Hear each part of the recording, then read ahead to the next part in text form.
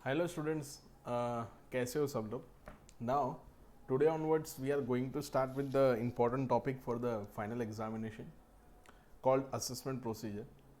सो जो initial audio lectures आपको share किए थे, आई होप वो सब कुछ आपने देख लिया होगा। ओके तो ही आपको ये सब कुछ समझ में आएगा। सो असेसमेंट प्रोसीजर काफ़ी सारे पार्ट में हमें करना पड़ेगा। कुछ सेक्शंस की सीरीज़ है पूरी, वो सेक्शन की सीरीज़ भी आपको याद रखनी पड़ेगी। सेक्शन अगर याद नहीं रखोगे तो असेसमेंट प्रोसीजर में बिल्कुल भी मार्क्स मिलेंगे नहीं। तो आपको पूरी सेक्शन की सीरीज़ याद रखनी पड़ेगी in order to get the marks in the exam. Now तो first of all the assessment procedure start करने से पहले कुछ ऐसी चीज़ें हैं जो आपको ध्यान में रखनी है। ठीक है, वो कौन सी चीज़ें हैं असेसमेंट प्रोसीजर करने के टाइम पे, तो वो सब कुछ जैसे जैसे एज एंड व्हेन जब आएगा तब हम डिस्कस करेंगे। बट ये असेसमेंट प्रोसीजर होता क्या है, तो असेसमेंट प्रोसीजर मतलब जो भी एसएससी होता है, जिन्होंने अपना इनकम टैक्स रिटर्न फाइल किया है या इनकम टैक्स रिटर्न फाइल नहीं किया है, तो उसके अकॉर्डिंग उनके सामने कुछ असेसमेंट प्रोसीजर की जाएगी। ठीक है, which is in the interest of the revenue, revenue के हित में होगी, मतलब गवर्नमेंट के हित में होगी ऐसा नहीं है। जो गवर्नमेंट रेवेन्यू है उसकी हम बात कर रहे हैं। तो असेसमेंट प्रोसीजर का मतलब ये होता है कि असेसी मतलब जो टैक्स पेयर है उसने अपनी इनकम को फर्निश्ड किया है या तो इनकम को फर्निश्ड किया ही नहीं है। और अगर इनकम को फर्निश्ड किया है पर उसने लॉस ज़्यादा दिखाया है या इनकम को कम दिखाया हुआ है, कुछ ऐसे ओवर स्टेटमेंट्स किए हुए हैं, कुछ ऐसे एक्सपेंसेस उसने डेबिट लिए हुए हैं जिसका कोई उनके पास प्रूफ नहीं है। ठीक है, सो असेसमेंट प्रोसीजर के अंदर हमें यही सीखना है। सबसे पहले जो सिलेबस पॉइंट ऑफ व्यू से बात करूँ तो सिलेबस पॉइंट ऑफ व्यू से ये है कि असेसमेंट प्रोसीजर में जो भी है वो एग्ज़ाम के अंदर सिर्फ टाइमिंग बेसिस वाला क्वेश्चन आता है। टाइमिंग बेसिस वाला मतलब असेसमेंट कितने टाइम में कंप्लीट होना चाहिए, असेसमेंट के लिए क्या नोटिस देनी है, अगर असेसमेंट कंप्लीट हो गया और अगर एसएससी को वो सेटिस्फैक्ट्री नहीं लगा तो क्या उसको वो अपील में लेके जा सकता है। ठीक है, वो सब कुछ हम डिस्कस करेंगे। बट प्रैक्टिकल लाइफ में जो असेसमेंट होता है वो सब कुछ आपके सिलेबस में नहीं है कि असेसमेंट करने के टाइम पे असेसिंग ऑफिसर क्या क्या चीज़ें मांग सकता है आपसे। तो एक एक्सटेंड पॉसिबल तक सिलेबस में देके रखा है। उसके बाद तो फिर आपको वो टाइमिंग वगैरह ही याद रखना है। ओके, तो लास्ट में मैं आपको बता दूंगा कि एग्ज़ाम के लिए क्या इंपॉर्टेंट है और आपको क्या रीड करना है। बट अगर आपको इसके अंदर अच्छा स्कोर करना है, क्वेश्चन नंबर 8 सीएमए फाइनल के अंदर क्वेश्चन नंबर 8 जो लास्ट वाला क्वेश्चन होता है वो पूरा असेसमेंट प्रोसीजर में से ही होता है। अभी ये जो असेसमेंट प्रोसीजर है, आगे हम इनकम एस्केपिंग वाला करेंगे, सेक्शन 147 वाला। ठीक है, देन सर्च एंड सीजर वाला, उसमें से 15 से 16 मार्क्स का वेटेज एग्जाम में हर अटेम्प्ट में होता ही है और होगा ही। ठीक है, ये आप लिख के ले लो। 15 से 16 मार्क्स मिनिमम बोल रहा हूँ मैं। अगर आपका लक अच्छा रहा तो वो लोग केस स्टडीज़ वगैरह में भी आपको पूछ सकते हैं। सो ये आपको याद रखना है। सो स्टार्ट करते हैं without wasting much time. Assessment procedure में किस तरह से प्रोसीजर रहेगा। ठीक है, ये जो चैप्टर अभी हम डिस्कस कर रहे हैं, जो आपको पेज नंबर 21 पे देके रखा है, आपके पास मटेरियल नहीं हो तो आप जब ये लेक्चर देख रहे हो तो किसी और फ़ोन के अंदर या लैपटॉप या जो भी आपके पास कोई और डिवाइस है उसके अंदर वो पीडीएफ फाइल ओपन रखना। ठीक है, और जिसमें आप लेक्चर देख रहे हो उसमें तो आप नहीं देख पाओगे ना पीडीएफ, तो उस तरह से साइमल्टेनियसली आपको ओपन रखना है। जहाँ आपको लगता है कि आपको इम्पोर्टेंट मार्क करना है, ये स्पायरल की प्रिंट आउट ऑलरेडी क्लास में पड़ी हुई है। ओके, जब लॉकडाउन खुलेगा तब आप कलेक्ट कर सकते हो। ठीक है ना, तब तक के लिए आपको इसी से करना पड़ेगा। ठीक है, मॉड्यूल में असेसमेंट प्रोसीजर देके रखा है, बट वो जो असेसमेंट प्रोसीजर मॉड्यूल में देके रखा है तो उसको अगर आप ना ही करो तो ही बेहतर है, क्योंकि वो काफ़ी ऐसे बोल सकते हैं कि काफ़ी आपको डेविएट करेगा। छोटा देके रखा है, ठीक है, मैं मानता हूँ कि छोटा देके रखा है, बट उसके अंदर कोई केस स्टडीज़ वगैरह दी नहीं है। सो स्टार्ट करते हैं। अभी इस चैप्टर में से आपको क्या क्या करना है, ठीक है, उसको हम देखते हैं। सो कौन से आपको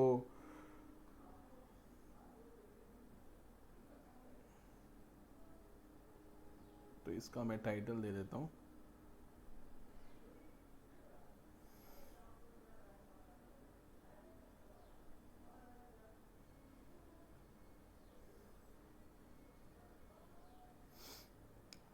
regular assessment and best judgement assessment.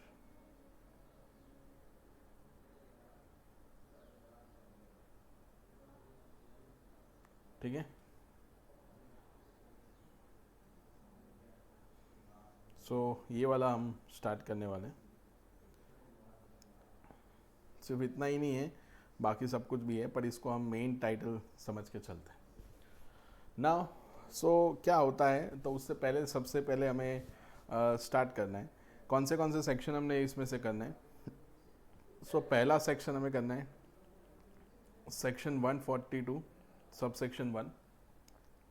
उसके अंदर दो क्लॉज हैं, क्लॉज 1 एंड क्लॉज 2। ठीक है, ये हमें सबसे पहले करना पड़ेगा। ठीक है, फिर हमें करना है सेक्शन 142 2A। ये किसका है, तो ये स्पेशल ऑडिट का केस है। Now what is the meaning of special audit, उस पर मैं बाद में आता हूँ। ठीक है, फिर हमें क्या करना है, तो फिर हमें करना है सेक्शन 143। तो सेक्शन 143 के अंदर तीन चीज़ें हैं, सब section 1, sub section 2 and sub section 3।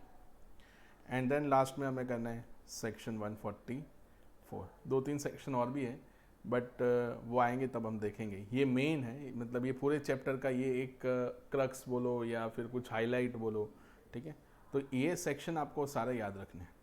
Section 142 सब सेक्शन 1 किसके बारे में बात करता है, so notice to assessee, notice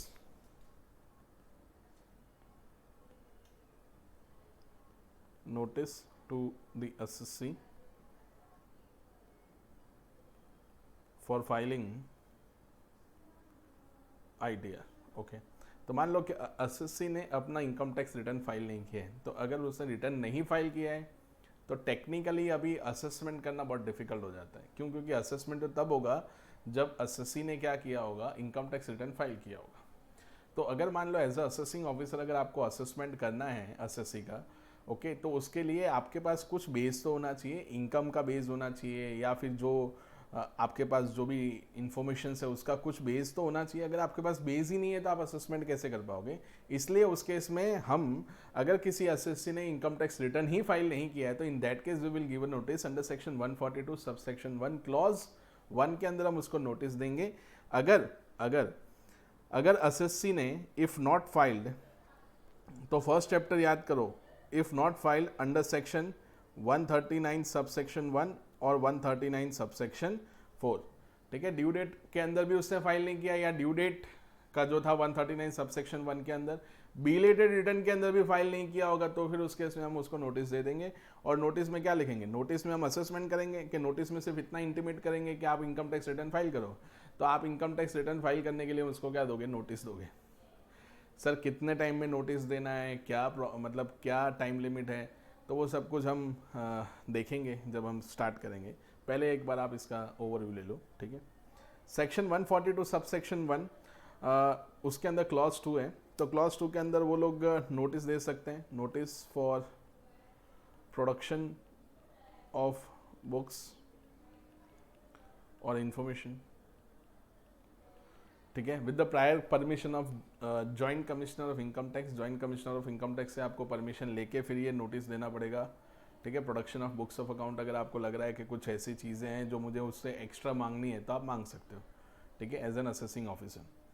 वो कितने टाइम में सब कुछ करना है वो हम आगे जब चैप्टर स्टार्ट करेंगे तब आपको पता चल जाएगा।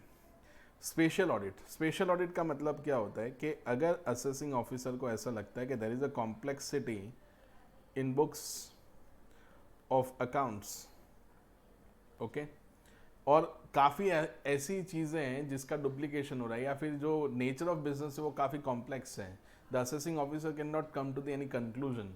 Okay, so in that case the assessing officer, if in the interest of revenue, ध्यान से सुनिएगा मेरी बात, if in the interest of revenue, in the interest of revenue मतलब अगर ऑडिट करने से इनकम बढ़ती है तो रेवेन्यू भी तो बढ़ेगा ना।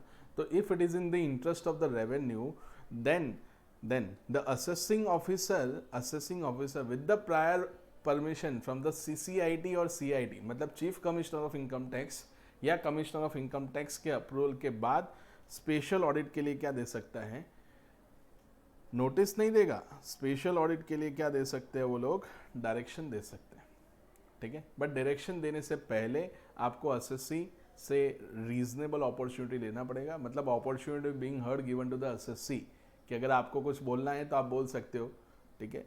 तो वो सब कुछ आएगा तब हम डिस्कस करेंगे। सर इस केस में ऑडिटर कौन होगा, तो ऑडिटर कौन होगा, तो ऑडिटर होगा सीए होगा, okay.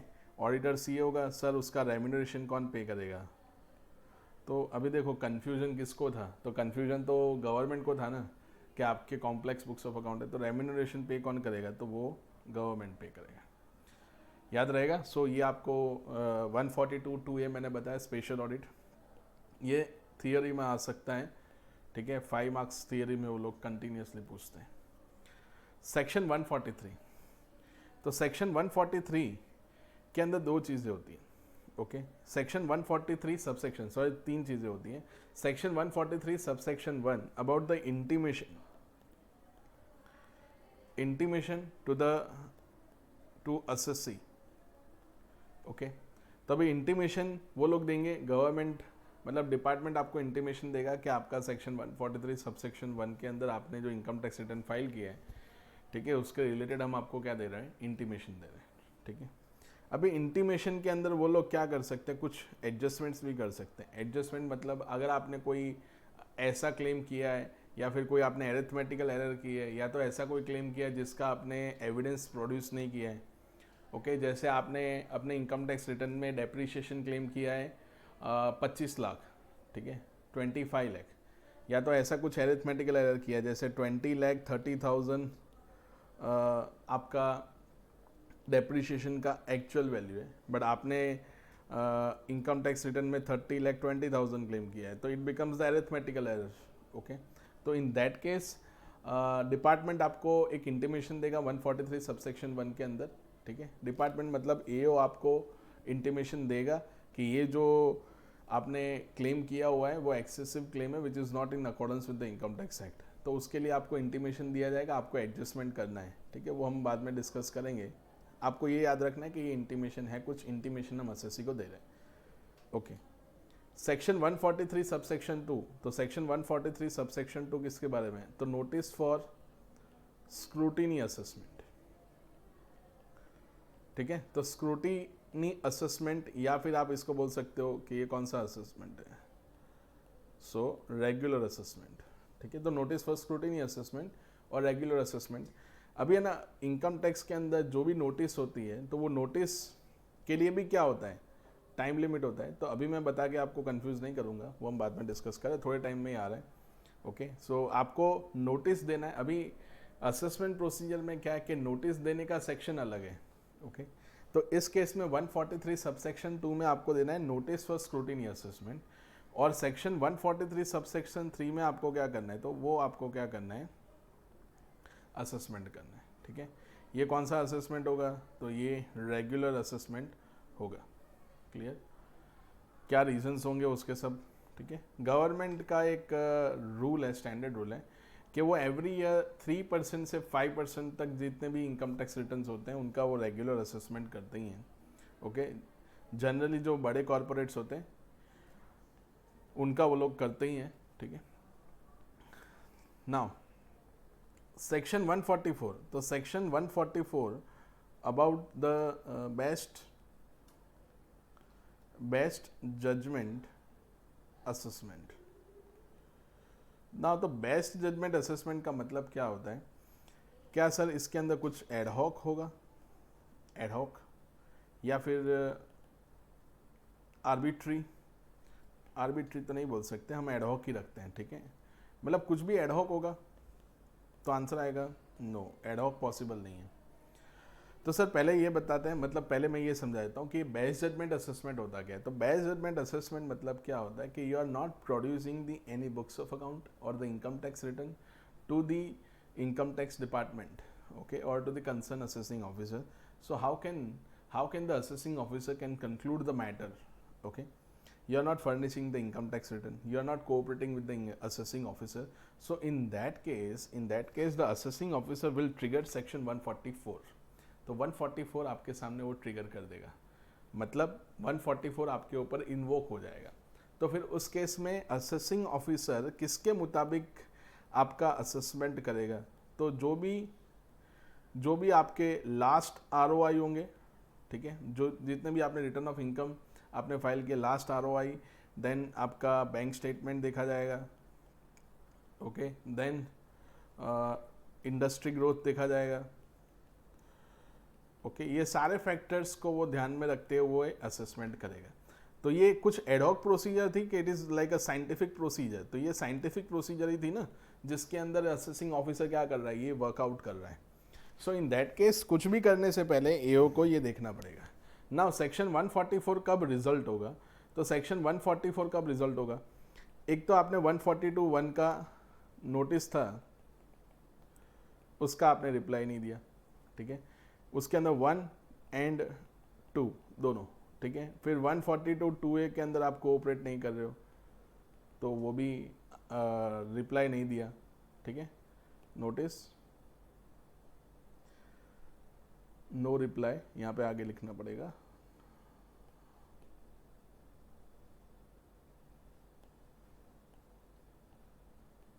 No reply, okay, replied but not satisfactory,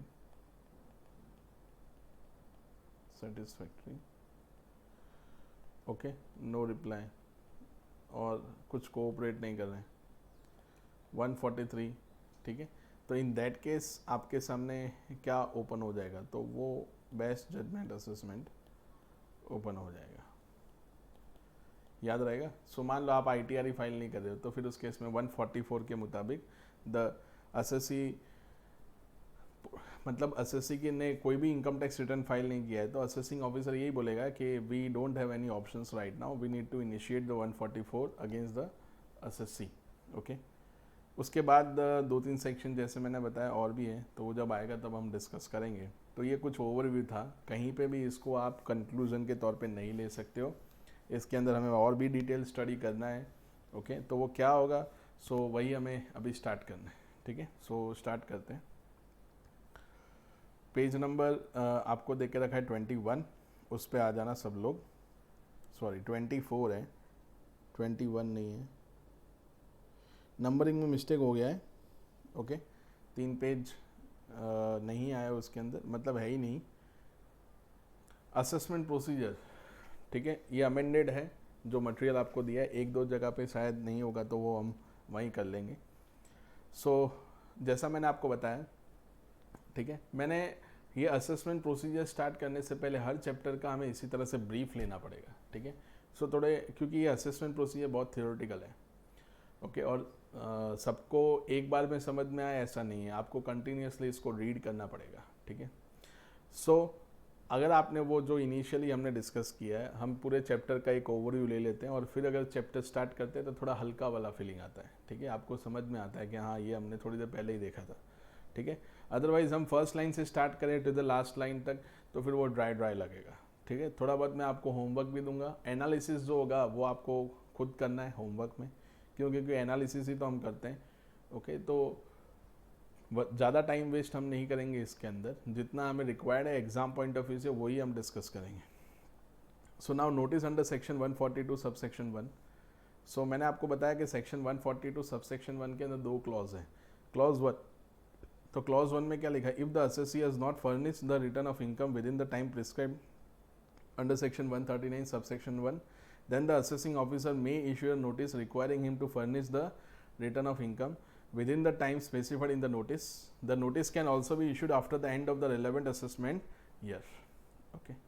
मतलब नोटिस कब इश्यू करेंगे, अगर असेसी ने सेक्शन 139 सब सेक्शन 1 के अंदर इनकम टैक्स रिटर्न ही फाइल नहीं किया है, तो वो कब इश्यू कर सकते। This notice can also be issued after the end of the relevant assessment year, ठीक है, मतलब पहले भी कर सकते हो, बाद में भी कर सकते हो।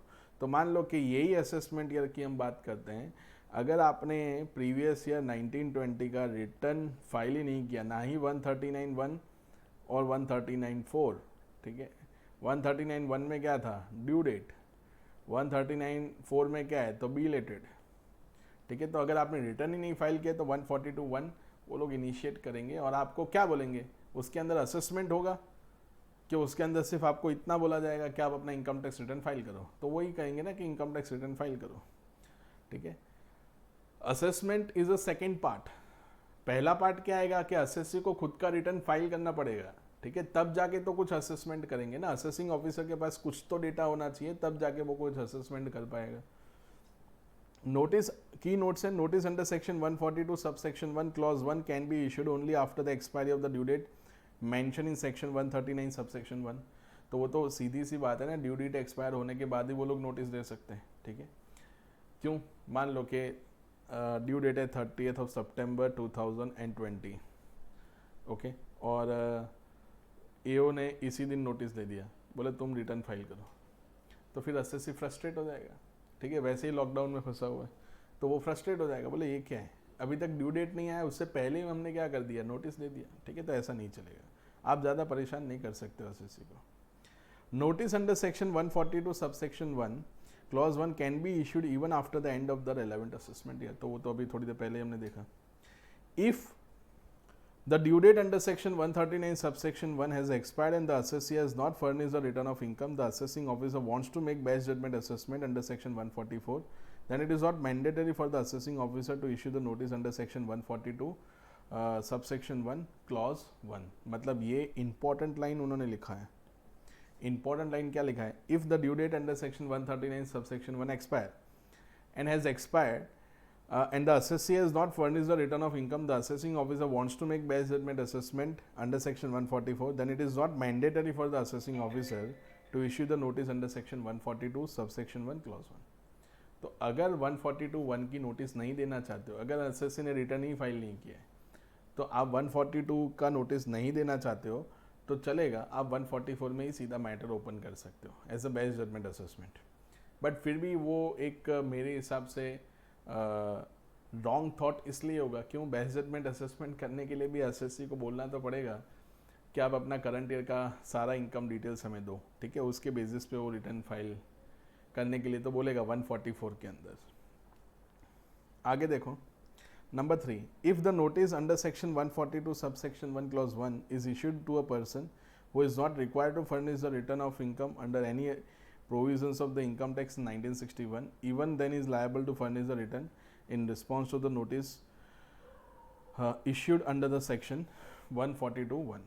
मतलब ये भी important line लिखा हुआ है, क्या लिखा है, if notice under section 142(1) clause 1 is issued to a person who is not required, मतलब ऐसा कोई व्यक्ति जिसको आपने नोटिस दिया, जिसको ITR फाइल नहीं करना है, who is not required to furnish return of income under the provisions of the income, even then he is liable, तो भी उसको इनकम टैक्स रिटर्न क्या करना पड़ेगा, फाइल करना पड़ेगा, even if he is not suppose to file income tax return.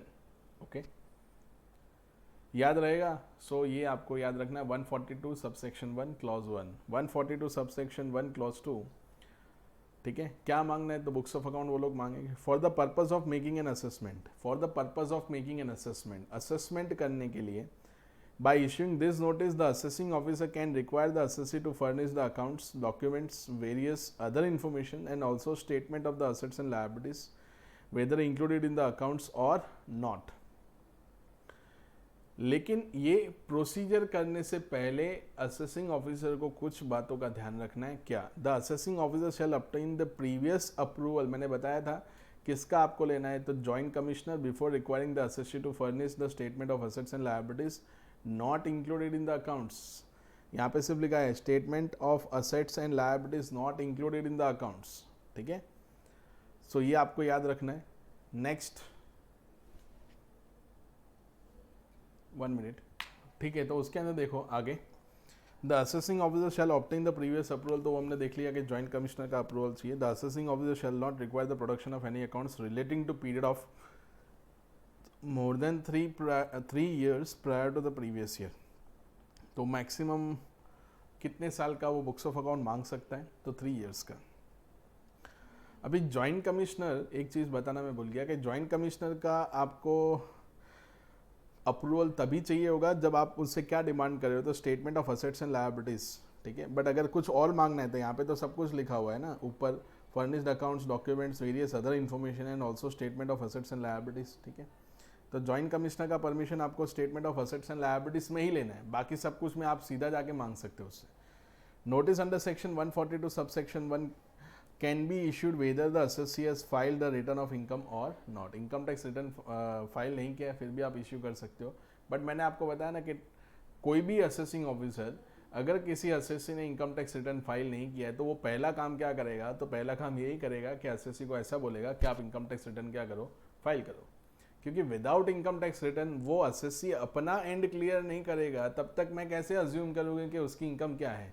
Okay, तो first at least let him reply through the income tax return, okay, then we will proceed further from the department point of view से मैं बोल रहा हूँ। तो assessing officer ऐसा ही बोलेगा कि first you file the income tax return, then we will proceed further.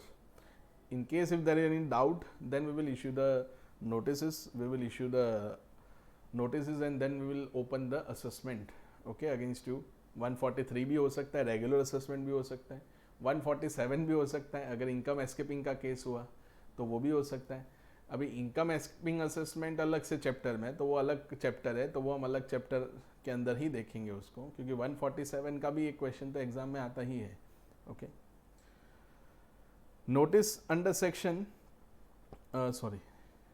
Number 4, by issuing a notice under section 142 subsection 1 clause 2 alone the assessing officer cannot make an assessment। मतलब 142 subsection 1 clause 2 की notice जब आप दे रहे हो तो वो stand alone नहीं होती है। मतलब ये जो नोटिस है रही है in addition to any assessment, मतलब असेसी के सामने कोई असेसमेंट ऑलरेडी पेंडिंग है, ठीक है, उनके सामने कोई असेसमेंट चल रहा है। कौन सा असेसमेंट हो सकता है? 143 सबसेक्शन 3 का रेगुलर असेसमेंट हो सकता है, 144 हो सकता है, बेस जजमेंट हो सकता है, 147 हो सकता है, या 153 हो सकता है। ठीक है, ये सारे असेसमेंट उसके सामने हो सकते हैं, तब जाके ही वो 142 सबसेक्शन 1 क्लॉज 2 का नोटिस वो दे सकते हैं। मतलब 142 सबसेक्शन 1 क्लॉज 2 का नोटिस स्टैंड अलोन बेसिस पे नहीं जा सकता, ऑलरेडी उनके सामने कोई असेसमेंट ऑलरेडी इनिशिएट हुआ हो, देन आफ्टर क्योंकि आप सोचो नहीं यार, असेसिंग ऑफिसर को डाउट कब आएगा? पहले ही दिन ही डाउट आ जाएगा कि आपके बुक्स ऑफ अकाउंट का मुझे डिटेल दे दो। ठीक है, नहीं, ये सब कुछ नहीं होगा। असेसमेंट करो, and in the course of the assessment proceeding the assessing officer has a reason to believe, या फिर कुछ ऐसी चीज़ें उसको मिलती है जिसके लिए उसको बुक्स ऑफ अकाउंट चाहिए, और बुक्स ऑफ अकाउंट पिछले 3 साल के चाहिए, तो in that case you have to take the prior approval from the joint commissioner as well. तो अगर ऐसा कोई मतलब डाउट उसको लग रहा है तो वो इंटीमेट कर सकते हैं। अभी देखो, एक चीज़ मैं मेरे एंड से क्लैरिफाई कर देता हूँ, जब भी मैं कुछ डिस्कस करता हूँ और मैं कोई वर्ड ऐसे यूज़ करता हूँ, जैसे मैंने अभी reason to believe word use किया, तो ज़रूरी नहीं है कि वो सेक्शन के अंदर लिखा हो। ठीक है, तो you can not take it as a concrete base. ठीक है, कि सर आपने रीज़न टू बिलीव वर्ड बोला तो वो तो यहाँ पे लिखा ही नहीं है, तो आपको ऐसा नहीं रखना। आपको ये याद रखना है कि असेसिंग ऑफिसर को कोई डाउट होता है, ठीक है, हम पूरा क्रिस्टल क्लियर वे में ही पढ़ेंगे। ठीक है, बट मैं आपको समझाने के लिए कभी कभी ऐसे वर्ड यूज़ करता हूँ जिसका हो सकता है कि आप गलत इंटरप्रिटेशन करो, तो मैं मेरे एंड से डिस्क्लेमर दे रहा हूँ कि आपको जो सेक्शन की लैंग्वेज है उसी को यूज़ करना है। ठीक है, तो क्या 142 subsection 1 clause 2 stand alone basis पे वर्क हो सकता है कि वो in addition to previous assessment होगा, तो in addition to previous assessment. ठीक है, मान लो कि 147 का केस है, तो 147 के केस में अगर असेसिंग ऑफिसर को ऐसा लगा कि ये इनकम एस्केपमेंट तो 1 साल का नहीं है, तो पिछले 2 साल में भी इनकम एस्केपमेंट हुआ है, तो फिर उस केस में क्या होगा? तो उसके लिए बुक्स ऑफ अकाउंट मांगने पड़ेंगे और statement of assets and liabilities मांगनी पड़ेगी। तो statement of assets and liabilities मांगे तो you have to take the prior approval from JC. ठीक है, पर आप बोल रहे हो कि नहीं 5 साल के चाहिए, तो 5 साल के तो मिल ही नहीं सकते ना, कितने साल के मिल सकते हैं? मैक्सिमम 3 साल के मिल सकते हैं। ओके, मतलब जिस ईयर का, मैं वापस रिपीट कर रहा हूँ, ये जो वर्ड है आप यहाँ पे ध्यान से पढ़ना, the assessing officer shall not require the production of any accounts relating the period more than 3 years prior to previous year. Previous year मतलब जिस प्रीवियस ईयर का असेसमेंट पेंडिंग है। ठीक है, तो मान लो 16-17 का असेसमेंट पेंडिंग है, तो 16-17 से पिछले 3 साल। ऐसा नहीं कि 19-20 में असेसमेंट कर रहा हूँ तो 19-20 से 3 साल। The concern previous year for which the assessment is opened up और द इनिशिएटेड, वहाँ से 3 साल आपको पीछे देखना है। ठीक है, क्लियर? सो ये आपको याद रखना है.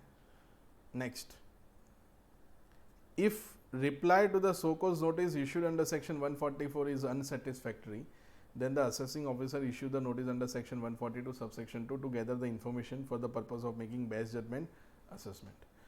तो ये जब लेक्चर हमने स्टार्ट किया तब मैंने आपको बताया 144 ऐसे ही हो जाता है. आपने रिटर्न फाइल किया 139(1) में, देन 142(1) सबसेक्शन 2 के अंदर आपने नोटिस का अच्छे से जवाब भी दिया, सब कुछ सही है, तो क्या 144 हो जाएगा बेस्ट जजमेंट असेसमेंट? आप असेसिंग ऑफिसर की जितनी भी नोटिस है उसका रिप्लाई दे रहे हो तो 144 इनिशिएट नहीं होगा. 144 कब होगा?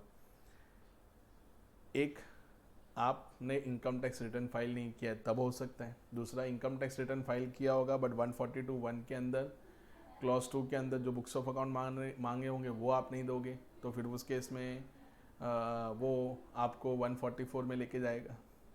सेकेंड सिचुएशन क्या हो सकती है कि 139 सबसेक्शन 1 में आपने इनकम टैक्स रिटर्न ही फाइल नहीं किया, बिलेटेड रिटर्न भी फाइल नहीं किया, तो फिर उस केस में असेसिंग ऑफिसर के पास ऐसा कोई ऑप्शन नहीं है कि वो कुछ और लीगल वे में मूव हो सके, तो फिर वो 144 इनिशिएट करेगा, बोले बेस्ट जजमेंट असेसमेंट करो, असेसी हमारे साथ कोऑपरेट नहीं कर रहा है. तो 144 जब भी आप ओपन करते हो तो पहले सोकोज नोटिस देना पड़ता है, वो हम आगे आएगा तब देखेंगे.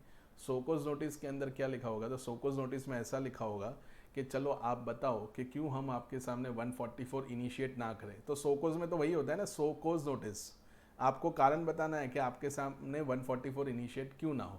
आप कारण बता ही नहीं पाए, या आपने बताया पर आपको मतलब असेसिंग ऑफिसर को सेटिस्फैक्टरी नहीं लगा, तो इन दैट केस 144 में भी असेसमेंट करने के लिए कुछ भी तो डेटा तो होना चाहिए ना. तो फिर उस केस में असेसिंग ऑफिसर 142 सबसेक्शन 1 क्लॉज 2 के अंदर बोलेगा कि चलो बुक्स ऑफ अकाउंट दो. उसके बेसिस पे हम क्या करेंगे, आपका बुक्स ऑफ अकाउंट क्या करेंगे, असेस करेंगे, and then we will take the matter to the further level. So वो 144 में है, आएगा तब हम देखेंगे. कुछ लीगल पोजीशन उन्होंने बताई है. For making an assessment it is mandatory to issue. अभी 143 सबसेक्शन 3, तो 143 subsection 3 is a regular assessment. Okay, तो नोटिस अंडर सेक्शन 143 सबसेक्शन 2 का देना पड़ेगा. 144 के लिए आपको सोकोज नोटिस देना है, ठीक है, बट ब्रैकेट में कुछ लिखा है एक्सेप्ट. आगे मत पढ़ो, ठीक है, मैं समझाता हूँ क्या है वो. मान लो 139(1) में रिटर्न फाइल नहीं किया, ठीक है, 139(4) उसमें भी फाइल नहीं किया, 142 सबसेक्शन 1 क्लॉज 1 का नोटिस दिया, उसमें भी फाइल नहीं किया, ठीक है. तो अभी क्या होगा, एओ बोलेगा, एओ अभी एससीएन देगा, सॉरी गलती हो गई, एससीएन नहीं देगा, अभी एओ क्या करेगा, तो एओ अभी 144 ओपन, मतलब 144 ओपन मतलब बेस्ट जजमेंट असेसमेंट करना है अभी. बट ये जब ओपन किया ना तो एओ ने क्या किया पता है, विदाउट एससीएन, ठीक है, मतलब सोकोज नोटिस दिया ही नहीं. किसको सोकोज नोटिस नहीं दिया? असेसी को सोकोज नोटिस दिया ही नहीं. तो असेसी ने दिल पे ले लिया, बोले तुमने हमें मतलब आपने हमें सोकोज नोटिस क्यों नहीं दिया. 144 में लिखा हुआ है कि सोकोज नोटिस आपको सर्व करना ही पड़ेगा, ठीक है. अभी देखो असेसिंग ऑफिसर कैसे समझाएगा उसको. 139(1) में फाइल किया, नहीं किया, 139(4) में किया, नहीं किया, तो 142 सबसेक्शन 1 क्लॉज 1 में जब नोटिस दिया तब क्या करे थे, तब तो आपने उसमें भी रिटर्न नहीं फाइल किया. तो मतलब इस केस में आपको सोकोज नोटिस देके करे ही क्या, क्यों, क्योंकि आपको 142(1) का जब नोटिस दिया, ठीक है, तब आपने रिप्लाई दिया था, तो इसका भी आप क्या रिप्लाई दोगे, इसलिए हमने आपको सोकोज नोटिस दिया नहीं, इसलिए यहाँ पे एक्सेप्शन लिखा हुआ है. ओके, तो अगर असेसी ने 142(1) क्लॉज 1 का रिप्लाई नहीं दिया और अगर 144 रिजल्ट हो जाता है विदाउट एससीएन, तो भी उस केस में assessing officer is stands right.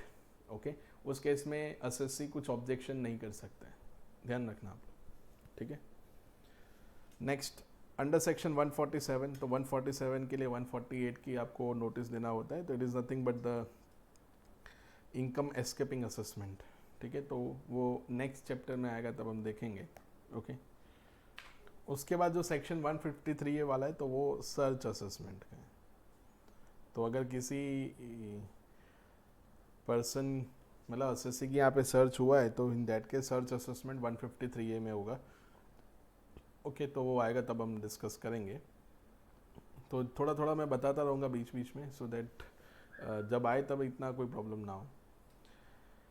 Now we are in the next topic section 142 sub section 2A, ठीक है, जो मैंने आपको बताया था special audit, most important for exam point of view.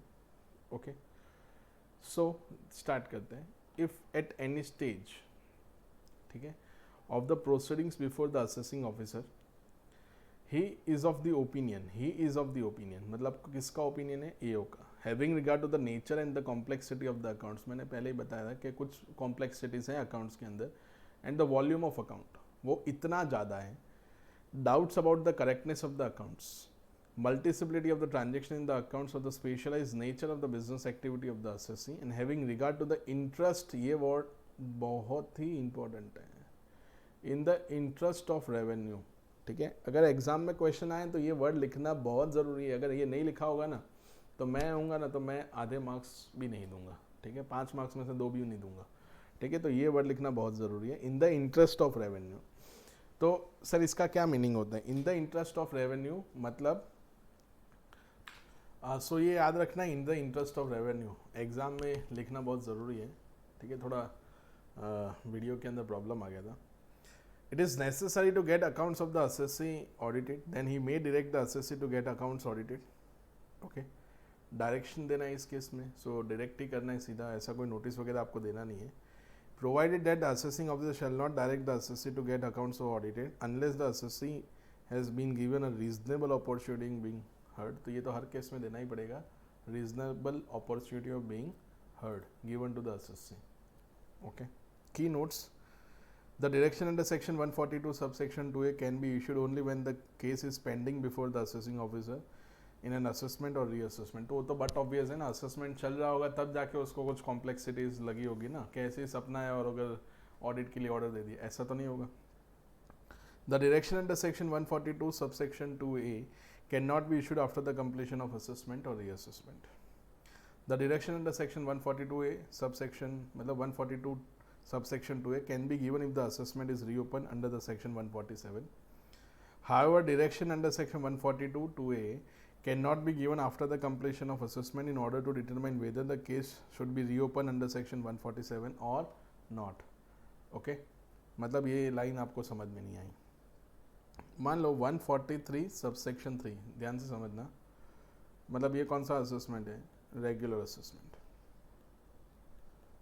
अभी ये जब प्रैक्टिस में होंगे ना तो ही समझ में आएगा, और नॉर्मली ये असेसमेंट प्रोसीजर को समझाने के लिए प्रैक्टिस करना बहुत ज़रूरी है। प्रैक्टिस नहीं कर रहे होंगे तो it is difficult for me also कि मैं आपको ये सब कुछ बता सकूँ। तो प्रैक्टिसिंग होना बहुत ज़रूरी है, ठीक है, अगर ये चैप्टर वगैरह समझना है तो। So I will try my best. तो रेगुलर असेसमेंट कंप्लीट हो गया, ठीक है। अभी मान लो कि उसको वापस रीओपन किया गया अंडर सेक्शन 147, मतलब कुछ इनकम एस्केपमेंट हुआ है। सो इनकम एस्केपमेंट मतलब इनकम की चोरी है। इनकम एस्केपमेंट में 2 टाइप का हो सकता है, या तो उसने अपनी इनकम को क्या किया हुआ है? अंडरस्टेट किया हुआ है, या तो reported loss, okay, reported excess loss, तो ये एस्केपमेंट हो सकते हैं। तो रीओपन हो गया, तो रीओपन होने के बाद सेक्शन 142 2A के लिए आप स्पेशल ऑडिट के लिए बोल सकते हो, बट उसमें भी आपको CCIT का परमिशन और CIT से लेना पड़ेगा। बट अभी ना असेसमेंट कंप्लीट हो गया है, अभी AO को इस केस को रीओपन करने के लिए, ये रीओपन करने के लिए वो बोल रहा है कि स्पेशल ऑडिट करके देखते हैं अंडर सेक्शन 142 सबसेक्शन 2A। मतलब वो ऐसा बोल रहा है कि एक काम करो, स्पेशल ऑडिट करके देखो, क्या लगता है कि एसएससी ने कोई इनकम का एस्केपमेंट किया है। तो 142 2A करके रीओपन नहीं कर सकते 147 रीओपन करने के लिए जो सेक्शन 147 में जो लिखा हुआ है, ठीक है, वो चीज़ होनी बहुत ज़रूरी है, ना ही कि 142A 2A के अंदर। तो तो 142(2)(a) के अंदर आप स्पेशल ऑडिट तभी कर सकते हो कि in the course of the assessment proceeding अगर असेसिंग ऑफिसर को ऐसा लगता है कि there is a doubt of the complexities of the accounts. Special audit इसलिए नहीं करवाना है कि किसी के सामने असेसमेंट खुलता है कि नहीं खुलता है, चलो चेक करके देखते हैं, ऐसा नहीं होगा। इन the course of assessment, in the course मतलब जब मैटर चल रही हो तब। ओके, सो ये याद रखना आप लोग, इंपॉर्टेंट है, ऐसे आएगा नहीं एग्जाम में। If the assessing officer issued the direction under section 142(2)(a without giving a show cause notice to the assessee, then अगर सोकोज नोटिस नहीं दिया तो ये असेसी का अधिकार है कि वो रिट पिटिशन फाइल कर सकता है सीधा हाई कोर्ट के अंदर। Against such direction high court shell क्वेश the such direction issued under 142(2)(a। Okay, direction under section 142(2)(a can be issued if the assessing officer is of the opinion that it is not necessary to get accounts audited having regard to the complexities of the accounts. Necessary, sorry, not नहीं, necessary to get accounts, volume of the accounts doubt है या multiplicity है, specialized nature of the business activities, it is in the interest of the revenue, ये वाला word बहुत important है। The assessing officer shall give a so-cause notice to the assessee to so-cause as to why the direction under 142(2)(a should not be issued to him. If the assessee proves that the no complexities, मतलब कोई complexities नहीं है ऐसा assessee prove कर देता है, are involved in the accounts, the interest of the revenue is not affected adversely, then assessing officer cannot issue the direction under 142(2)(a. If assessing officer is issued direction under 142(a) in such a case, then the assessee can file a writ petition in High Court, and High Court shall quash such direction issued under 142(2)(a. अगर मान लो कि assessing officer ने सोकोज notice ही नहीं दिया, तो अगर उसे सोकोज notice नहीं दिया होगा तो आप सीधा रिट पिटिशन फाइल करके उसको मतलब कैंसिल करवा सकते हो। बट मान लो कि आपको सोकोज नोटिस दिया, आपने रिप्लाई भी दिया, बट फिर भी उन्होंने डायरेक्शन दिया कि आप स्पेशल ऑडिट होगा, तो भी आप रिट पिटिशन फाइल कर सकते हो। ठीक है, किस में? हाई कोर्ट के अंदर। मैंने आपको बताया कि ये डायरेक्शन देने से पहले एओ को किसकी परमिशन लेनी पड़ेगी, तो chief commissioner CCIT, okay, chief commissioner of income tax और कमिश्नर ऑफ इनकम टैक्स। ठीक है, तो CCIT और CIT से परमिशन लेना ज़रूरी है। द अकाउंट शैल बी किससे ऑडिट करवाना है आपको? Chartered accountant. उसका अपॉइंटमेंट कौन करेगा? तो अपॉइंटमेंट उस केस में AO नहीं करेगा, अपॉइंटमेंट कौन करेगा? Chief commissioner. सर वो ऑडिट फीस वगैरह का पेमेंट कौन देगा? तो किसको डाउट था? गवर्नमेंट को ना। The audit fees and the expenses during the audit shall be also be fixed by chief commissioner और commissioner and paid by government. Okay, समझ में आ रहा है? रेम्यूनरेशन फिक्स कौन करेगा? तो वो CIT करेगा या फिर CCIT करेगा, बट रेम्यूनरेशन पे कौन करेगा? तो नीचे की लाइन में लिखा हुआ है कि रेम्यूनरेशन तो कौन पे करेगा? Central government. तो वो मैं अंदर का नहीं पढ़ रहा हूँ। नंबर 4, नंबर 5 ये भी है। The direction under section 142(2)(a can be given even if the accounts of the assessee have been audited under section 44AB, मतलब इनकम टैक्स एक्ट और under the any other law. तो ये special audit है। In addition to, अगर कुछ normal हो रहा है तो वो तो करना ही है, but in addition to that ये भी होगा। The assessee is to furnish the report of such audit in the prescribed form to the assessing officer within the time specified in the direction, provided that the assessing officer may suo motu or an application made in this behalf by the assessee for any good and sufficient reason extend the said period by such further period or periods as he thinks fit. Okay, however the aggregate of the time period originally fixed and the time period so extended shall not exceed 180 days from the date of direction is received by the assessee। मतलब ये बात कर रहा है किसके बारे में? Time limit for completion of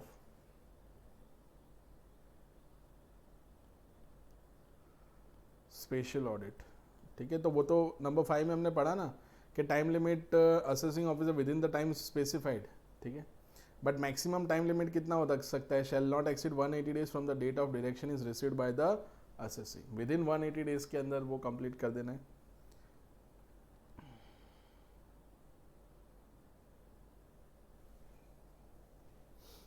okay, उसके बाद और कुछ पढ़ने की ज़रूरत नहीं है।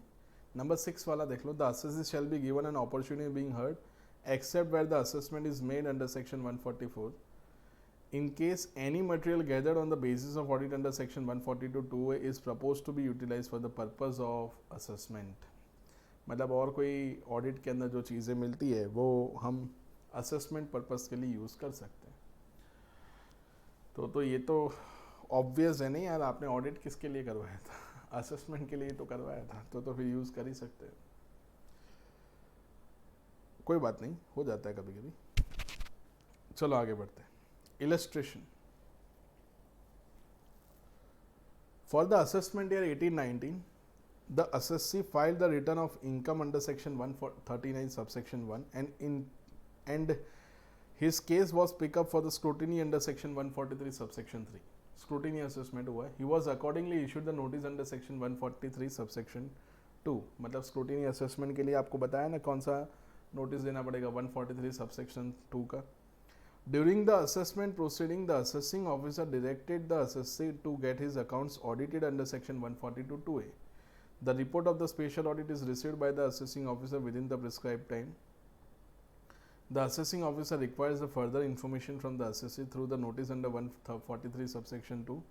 The assessee is not able to furnish the information as required by the notice within the time given in the notice. ठीक है.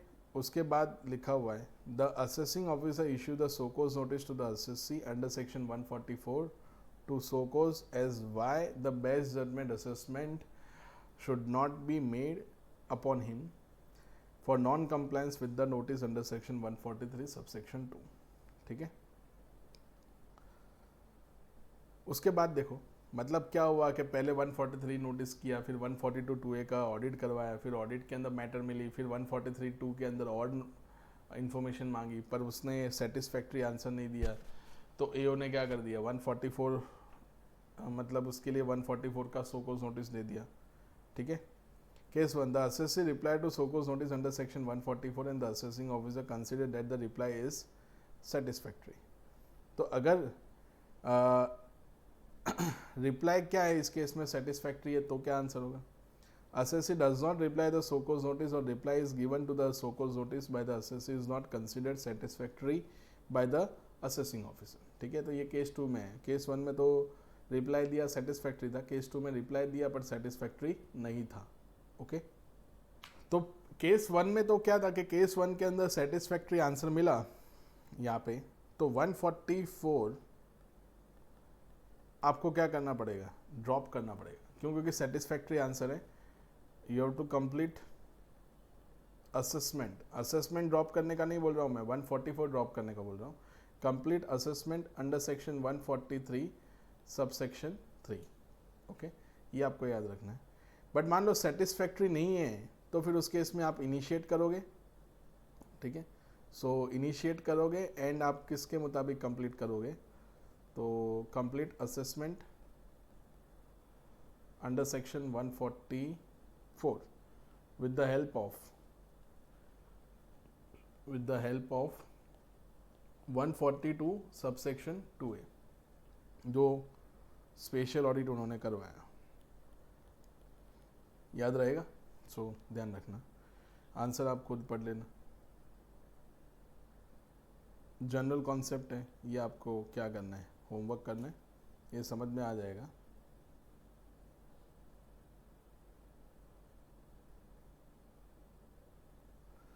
उसके बाद लिखा हुआ है कॉन्सिक्वेंसेस ऑफ नॉन कंप्लायंसेस. कुछ नॉन कंप्लायंसेस की कॉन्सिक्वेंसेस लिखी है. तो क्या क्या अभी तक हमने डिस्कस किया? 142 सबसेक्शन 1 क्लॉज 1 हमने उसमें डिस्कस किया. फिर 142 सबसेक्शन 1 क्लॉज 2 डिस्कस किया. ठीक है. आगे एक और सेक्शन आएगा 143 सबसेक्शन 2 नोटिस. ठीक है. एंड 142 सबसेक्शन 2A जो स्पेशल ऑडिट हमने देखा. ठीक है. तो ये सब कुछ नहीं होगा तो क्या होगा? तो इसमें ये लिखा है with the notice issued under 142 subsection 1 clause 1 और क्लॉज 2 और 143 सबसेक्शन 2 और a direction under section 142 subsection 2A, it may result into the best judgment assessment under section 144 or penalty under section 272A, penalty of ₹10,000 for each such failure. 10,000 रुपये penalty है 272A के अंदर. And prosecution for 276D, इसके अंदर आपको कितने साल की सज़ा हो सकती है, यहाँ पे लिखा नहीं है तो आप लिख लेना 1 ईयर तक आपको इम्प्रिजनमेंट हो सकता है। की नोट, ठीक है, की नोट, इसको भी आपको होमवर्क करना है, समझ में आ जाएगा आपको, ठीक है, कोई प्रॉब्लम नहीं है उसमें, ठीक है। आगे बढ़ते हैं, ये सेक्शन 142A, इसको हम बाद में देखेंगे। अभी आ जाते हैं section 143 subsection 1, scheme of processing of return, ठीक है। सो ये जो सारे ITR जो फाइल होते हैं वो प्रोसेस होते हैं, ठीक है। इनकम टैक्स रिटर्न जितने भी आप ITR फाइल करते हो वो सारे प्रोसेस होते हैं। क्यों, आपने ITR फाइल किया है, उसके अंदर हो सकता है कि कुछ एरर हो, आपने एक्सेस डिडक्शन क्लेम किया, जो इन्फॉर्मेशन डिपार्टमेंट ने मांगी हो वो आपने फर्निश्ड ना की हो इनकम टैक्स रिटर्न के साथ, ठीक है। कुछ लॉसेस आपने क्लेम किए हुए हैं, वो लॉसेस डिसअलाउंस कर सकते हैं। मान लो कि लॉस कब डिसअलाउड होगा, तो आपने ITR ड्यू डेट के बाद फाइल किया, तो आपको इनिशियल लेक्चर में बताया था 139 सबसेक्शन 1 के मुताबिक अगर आपने रिटर्न नहीं फाइल किया होगा तो आपका लॉस कैरी फॉरवर्ड नहीं होगा, बट फिर भी आपने लॉस सेट ऑफ ले लिया, तो फिर उस केस में आपको आपका ITR प्रोसेस होगा, ठीक है। और फिर आपको ITR प्रोसेस होने के बाद अगर उसके अंदर कुछ ऐसी चीज़ें मिल जाती हैं, मतलब कुछ एडजस्टमेंट्स मिल जाते हैं, तो वो एडजस्टमेंट्स जो भी होंगे वो आपको इंटीमेट किए जाएंगे, नोटिस नहीं दी जाएगी, कोई प्रोसीजर असेसमेंट नहीं करना है, सिर्फ आपको इंटीमेट किया जाएगा कि ये एडजस्टमेंट हम करने जा रहे हैं, ठीक है। वो एडजस्टमेंट करेंगे, उसके लिए आपको वो लोग बताएंगे कि आपको इतना एडिशनल टैक्स और पे करना है। It is like a demand order from the department side, okay. So ये सब कुछ प्रोसीजर हमें डिस्कस करनी है। तो सारे ITR जो होते हैं वो प्रोसेस होते हैं थ्रू CPC, ठीक है, जो कहाँ पे सिचुएटेड है, तो इन बेंगलुरु, ठीक है। तो बेंगलुरु के अंदर वो सिचुएटेड है। सो वहाँ पे वो सारे ITR को क्या करते हैं, तो वो प्रोसेस करते हैं, ठीक है, थ्रू कंप्यूटराइज इलेक्ट्रॉनिक सिस्टम, उसके थ्रू वो लोग प्रोसेस करते हैं, मतलब कोई भी ह्यूमन इंटरफेरेंस उसमें नहीं होता है, ओके। सो ये सारे ITR वो लोग ही वेरीफाई करते हैं, CPC के थ्रू ही होते हैं। सो स्टार्ट करते हैं। Where a return has been made under section 139 or in response to the notice under 142 subsection 1, तो यहाँ पे आप देखोगे तो 139 लिखा है, तो 139 includes 1 and 4, ठीक है, मतलब ड्यू डेट और बिलेटेड रिटर्न। और under 142 subsection 1, such return shall be processed in the following manner, namely the total income or loss shall be computed after taking the following adjustments, namely उसमें लिखा हुआ है कि अगर आपने कोई एरिथमेटिकल एरर किया हुआ है, ठीक है, any arithmetical error in the return, ठीक है, मतलब कुछ रॉन्ग अमाउंट आ चुकी है, एररनेस अमाउंट आ चुकी है, ठीक है। जैसे अभी थोड़ी देर पहले मैंने बताया कि मान लो कि हम बात करते हैं कि कुछ अमाउंट ऐसी थी कि लाइक 32,90,000 एक्चुअल था, ओके। कोई एक्सपेंस एक्चुअल कितना में था, 32,90,000, बट वो दिख गया 39,20,000 इन ITR। तो फिर ये एररनेस जो हुआ है उस केस में हम क्या करेंगे, उसके लिए इंटीमेट करेंगे असेसी को कि ये एरर हुआ है, आप इसको चेंज करो। उसके बाद इनकरेक्ट क्लेम है, if such person incorrect claim as an apparent from an information in the return. So incorrect claim मतलब क्या, कि आपने जो भी क्लेम किया हुआ है ITR के अंदर, वो मैं एग्जांपल से समझाता हूँ आपको। तो उसमें कैसा होगा कि ये जो हमने एग्जांपल फर्स्ट वाले में डिस्कस किया, इसी को हम ले सकते हैं कि ये जो एरिथमेटिकल एरर तो हुई है, बट इसमें क्या है कि लाइक आपने जो भी ऑडिट रिपोर्ट सबमिट किया है या तो जो भी इंफॉर्मेशन आपने फर्निश की है, उसमें एक जगह पे कुछ और लिखा हुआ है, मतलब मान लो कि एक जगह लिखा हुआ है 39,20,000 और एक जगह पे कितना लिखा हुआ है 32,90,000 रुपीज़, ठीक है। तो ये तो क्या हो रहा है कि incorrect claim, if the such incorrect claim is apparent, apparent मतलब आपको कहाँ से पता चला कि ये 32,90,000 है, apparent from any information in the return. तो इन्फॉर्मेशन जो रिटर्न के अंदर थी, उसके अंदर जो इन्फॉर्मेशन आपने दी है वो उसका वैल्यू दो अलग अलग जगहों पे अलग अलग है, ठीक है। तो उस केस में आपको ये इन्फॉर्मेशन कहाँ से मिली, फ्रॉम आउटसाइड द ITR और from the apparent in the ITR, तो apparent in the ITR. Okay. Number 3, disallowance of the loss claim if return of the previous year for which set off or loss is claim was furnished beyond the due date specified under section 139 subsection 1. तो ये तो अभी आपको पता है, मैं नहीं बता रहा हूँ वापस. Disallowance of the expenditure indicated in the audit report but not taken into account in computing the total income. तो ऑडिटर ने क्या किया, तो ऑडिटर ने आपके काफ़ी सारे पेमेंट को डिसअलाउ कर दिया. जैसा एक आपने कैश पेमेंट किया था वो डिसअलाउ कर दिया, पेमेंट टू रिलेटिव, ठीक है. कुछ स्टैच्यूटरी पेमेंट्स थे वो डिसअलाउ हो गए. ये कैश पेमेंट 40A सबसेक्शन 3 में डिसअलाउ किया, स्टैच्यूटरी पेमेंट 43B में किया, ये 40A सबसेक्शन 2 के अंदर किया. ये सारे डिसअलाउंस कर दिए. किसने डिसअलाउंस कर दिए? ऑडिटर ने. पर फिर भी आपने उसको कंसिडर नहीं किया, तो फिर उस केस में तो प्रॉब्लम होगी ना. जब CPC के अंदर ये जब रिटर्न प्रोसेस होगा तब वो बोलेंगे कि आपने ऑडिट रिपोर्ट में जो लिखा हुआ है उसके मुताबिक इनकम कैलकुलेट नहीं की. Disallowance of deduction under section 10AA, 80IA और 80IAB ID. तो मैंने आपको है ना एक चैप्टर सिखाया था called section 10AA. Okay. Then part C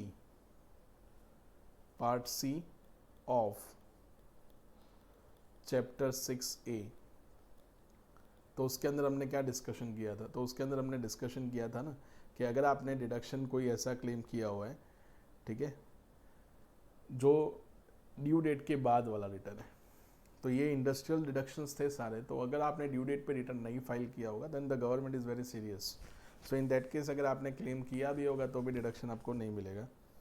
Additions of the income appearing in Form 26AS and Form 16 which is not been included in the computing the total income of the return. अभी ये वाला part निकल चुका है, ठीक है. सो इसको आपको नहीं करना है, ठीक है, तो आप भी कैंसिल कर देना उसको, ठीक है. तो ये वाला पार्ट उन्होंने फाइनेंस एक्ट 2018 में निकाल दिया था, बट समहाउ मटेरियल में से नहीं निकला है, तो आप इसको करेक्ट कर लेना. मतलब ये इसके अंदर क्या था कि 26AS फॉर्म होता है. जैसे क्या होता है कि 26AS फॉर्म मतलब जो भी आपका TDS, मतलब एक फॉर्म 16A भी होता है, देन 16 भी होता है. तो जो भी TDS आपका डिडक्ट होता है, ओके, तो TDS जो भी डिडक्ट होता है और जितना भी TDS उन्होंने डिपॉजिट करवाया होगा वो 26AS फॉर्म के अंदर रिफ्लेक्ट होता है.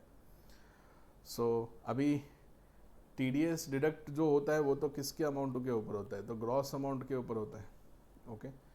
सो मान लो कि 5 लाख रुपीज़ का पेमेंट था टोटल, ओके, और TDS उस पर 10% डिडक्ट हुआ है. मतलब कितना TDS डिडक्ट हुआ है? तो 50,000 रुपीज़ TDS डिडक्ट हो चुका है. अभी जब आपने ITR फर्निश किया ना, तो ये जो 5 लाख है उसकी जगह आपने 3 लाख रुपीज़ ही कंसिडर किए. ओके. तो फिर उस केस में कुछ ऐसे केसेस होते थे कि जिस केस में आपको इंटीमेशन आता था कि आपके 26AS के अंदर तो 5 लाख रुपीज़ इनकम है और आपने दिखाई कितनी है? 3 लाख. तो उनको बाद में समझाना पड़ता था कि 2 लाख रुपीज़ हमारा क्या है, एक्सपेंस है, या तो फिर कोई लॉस का एडजस्टमेंट हम अभी फ़िलहाल कर रहे हैं. ओके. सो ये सब कुछ थोड़ा डिफ़िकल्ट हो जाता था. ओके. इसलिए गवर्नमेंट ने बोला कि नहीं, 26AS के बेसिस पे हम एडिशन ऑफ इनकम नहीं कर सकते, ठीक है, इसलिए वो उन्होंने निकाल दिया. नाउ ये सारे एडजस्टमेंट करने के लिए आपको इंटीमेशन देना पड़ेगा. किसको इंटीमेशन देना पड़ेगा? नो, असेसी को. तो उसमें लिखा हुआ है, आप नीचे वाला लाइन पढ़ोगे ना, तो आप एक बार पढ़ लो उसको, ठीक है.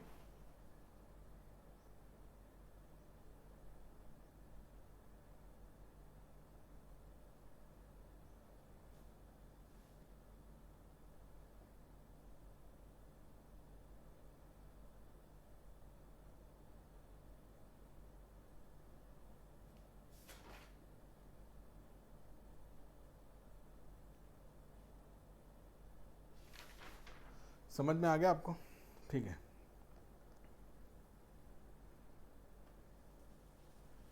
नीचे लिखा हुआ है एक और पैराग्राफ, अगर provided further that response received from the assessee if any shall be considered before making any adjustment, and in case where no response is received within 30 days from the issue of such intimation, such adjustment shall be made. वो adjustment कर दिया जाएगा.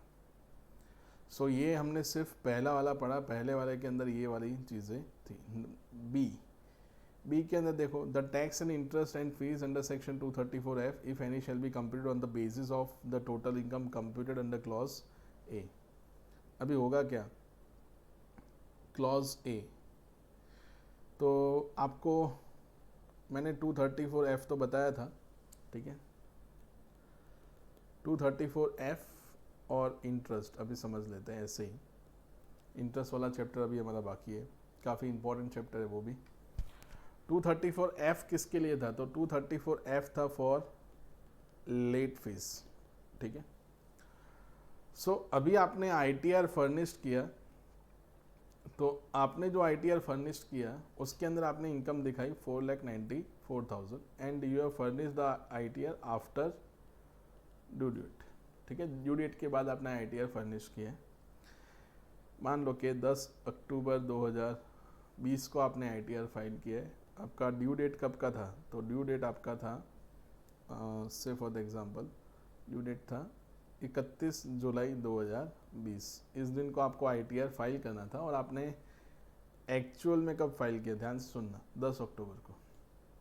अभी ये जो 4,94,000 था ना, उसके अंदर आपने 72,000 का लॉस माइनस किया था, ओके। सो 72,000 का लॉस आपने माइनस किया था, मतलब आपका इनकम बिफोर लॉस एडजस्टमेंट कितना होगा, तो income before loss adjustment, okay. So वो होगा 5,66,000, ओके।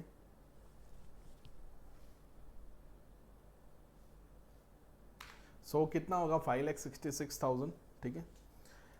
अभी अपने रिटर्न जो है वो ड्यू डेट के बाद फाइल किया हुआ है, ठीक है।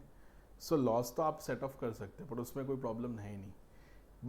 बट ये जो 72,000 का लॉस था, ओके, 72,000 रुपीज़ का जो लॉस था, इसको हम थोड़ा बढ़ा देते हैं, लॉस को हम कर देते हैं 2,22,000। ये हाउस प्रॉपर्टी का लॉस आपने सेट ऑफ किया हुआ है, ठीक है। सो 4,94,000 प्लस 2,22,000, मतलब यहाँ पे 7,16,000 इनकम होगा, ओके। 7,16,000, okay, before loss.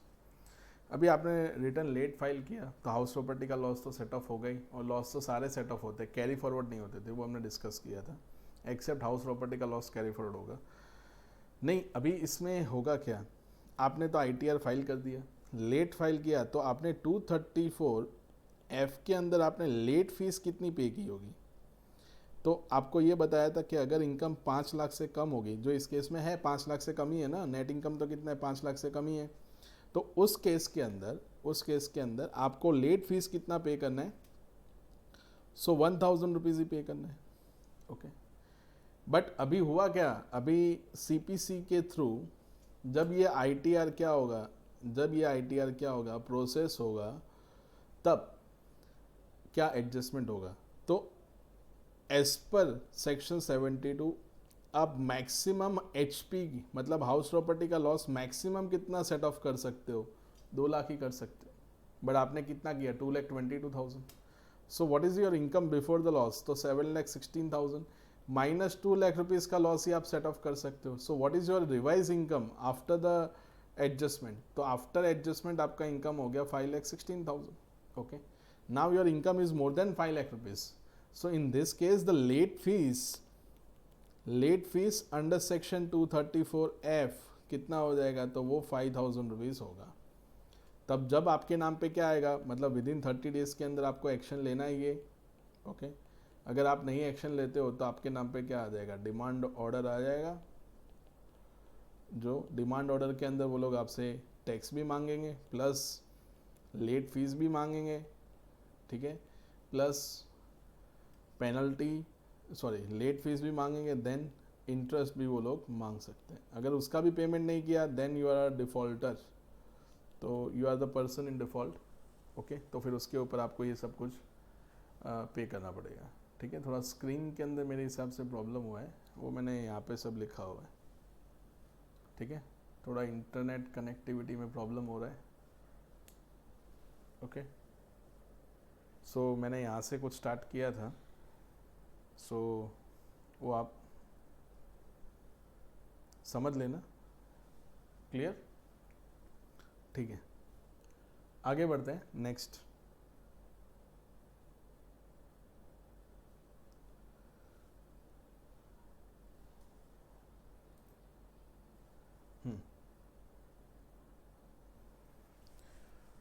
तो यहाँ पे वही लिखा हुआ है, the tax and interest fee under section 234F if any shall be computed on the basis of the total income income computed under clause A. तो क्लॉज ए के अंदर हमने कंप्यूट किया।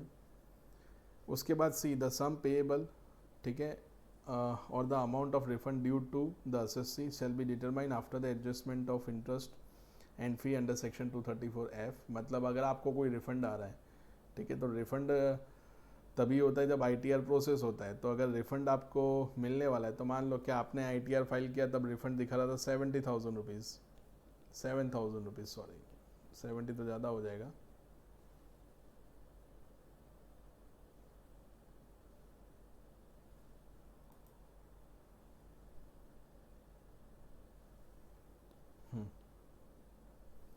आपने जब ITR फाइल किया तब रिफंड दिखा रहा था 7,000 रुपीज़, तब ये रिफंड आपको 7,000 रुपीज़ मिलेगा? नहीं।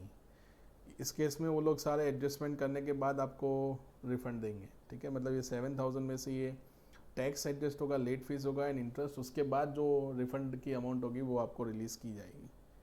ओके।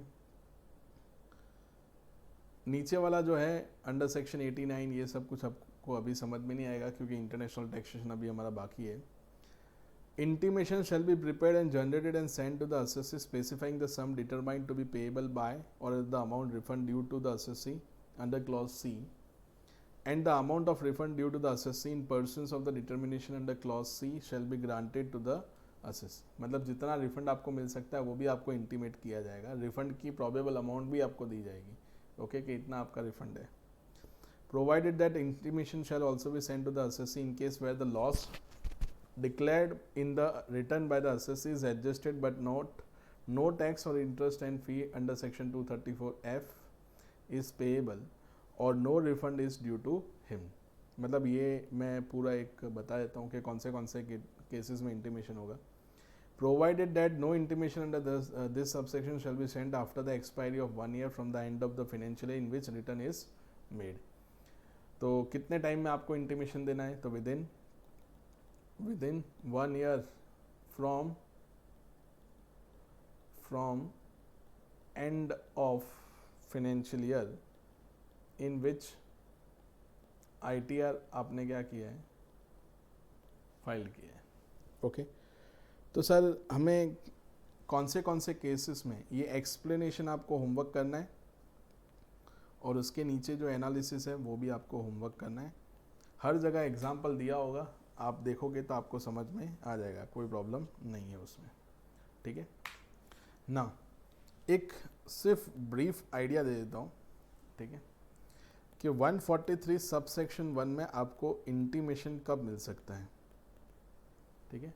तो इंटीमेशन आपको कब मिल सकता है? सो मान लो कि पहला सिचुएशन क्या होगा, जो फर्स्ट सिचुएशन, तो फर्स्ट सिचुएशन में क्या है कि आपको कोई टैक्स या फिर इंटरेस्ट या फिर late fees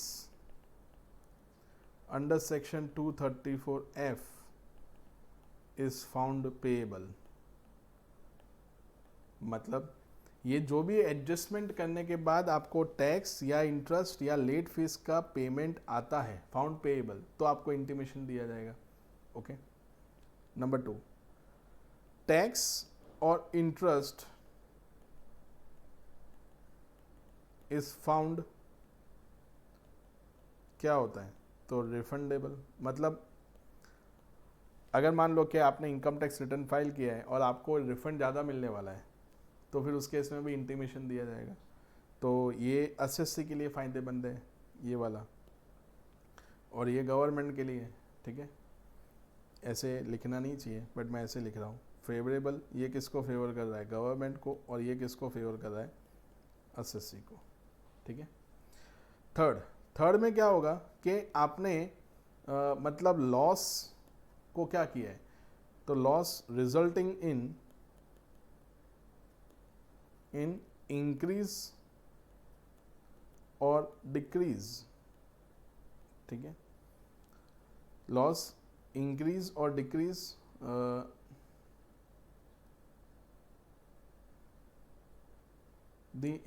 increase or decrease the income of assessee.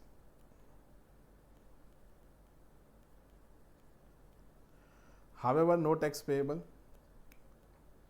However, no tax or interest and late fee under section 234F, ठीक है। मतलब ये 3 रीज़न हो सकते हैं जिसमें आपको इंटीमेशन दिया जाता है। मतलब इंटीमेशन कब देंगे, जो टैक्स आपने पे किया उससे ज़्यादा आपसे लेना था, या फिर जो भी टैक्स आपने पे किया है ओके TDS के थ्रू जिसमें आपको रिफंड मिलने वाला है, एंड देन आपने जो लॉस दिखाया वो हो सकता है लॉस ज़्यादा दिखाया हो जिसकी वजह से आपकी टोटल इनकम कम हुई हो, ठीक है। तो वो लॉस के अंदर अगर आपने ज़्यादा दिखाया होगा तो फिर उस केस में आपको इंटीमेट किया जाएगा, ठीक है। तो ये 3 मेन रीज़न हैं जो आपको याद रखने हैं, ओके क्लियर, ठीक है। उसके बाद